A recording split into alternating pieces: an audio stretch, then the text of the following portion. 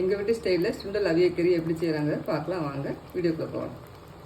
சுண்டல் நைட்டே ஊற போட்டு நல்லா 3 நிமிஷம் விட்டு வேக வச்சுருக்கேன். நல்லா வெந்திருக்கு இந்த அளவுக்கு. இது கரு சுண்டலில் கூட செய்யலாம். குழந்தைகளுக்குலாம் வெள்ளை சுண்டல் ரொம்ப பிடிக்கும்ட்டு நான் வெள்ளை சுண்டலில் செஞ்சுருக்கேன். வெள்ளை சுண்டல் வேக வச்சு போட்டிருக்கேன். அதோட 4 கத்திரிக்காயை கட் பண்ணி வச்சுருக்கேன் பொடி பொடியாக இந்த அளவுக்கு. அதையும் சேர்த்துக்கிறேன்.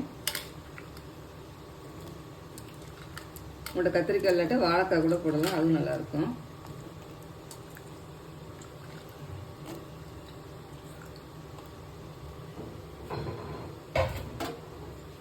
போட்டு மிக்ஸ் பண்ணி விட்டுட்டு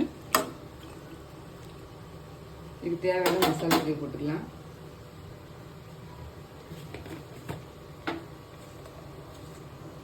மஞ்சத்தூள் கொஞ்சோண்டு போட்டுக்கிறேன்.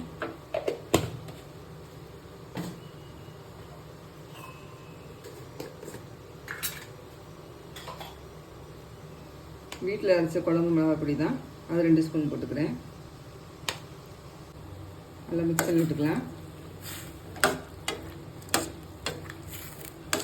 சுண்டலில் உப்புலாம் போட்டு வேக வைக்கல. இப்போ இந்த காய் தக்கன உப்பு போட்டுக்கணும்.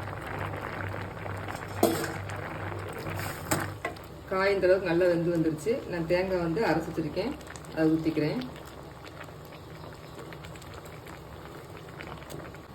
காய் ரெடி ஆயிடுச்சு. அதுக்கு ஒரு தாளிப்பு போட்டுக்கிறேன். கொஞ்சம் எண்ணெய் ஊற்றிக்கிறேன். எண்ணெய் நல்லா காஞ்சிருச்சு. கடுகு போட்டுக்கலாம். இப்போ கருவேப்பிலை போட்டுக்கிறேன். சின்ன வெங்காயத்தை புதுசாக கட் பண்ணி வச்சுருந்தேன், அதையும் போட்டுக்கிறேன். இந்தளவுக்கு வெங்காயம் நல்லா பொண்ணோட வந்துருச்சு. இப்போ அதை கொட்டிக்கலாம் காய்.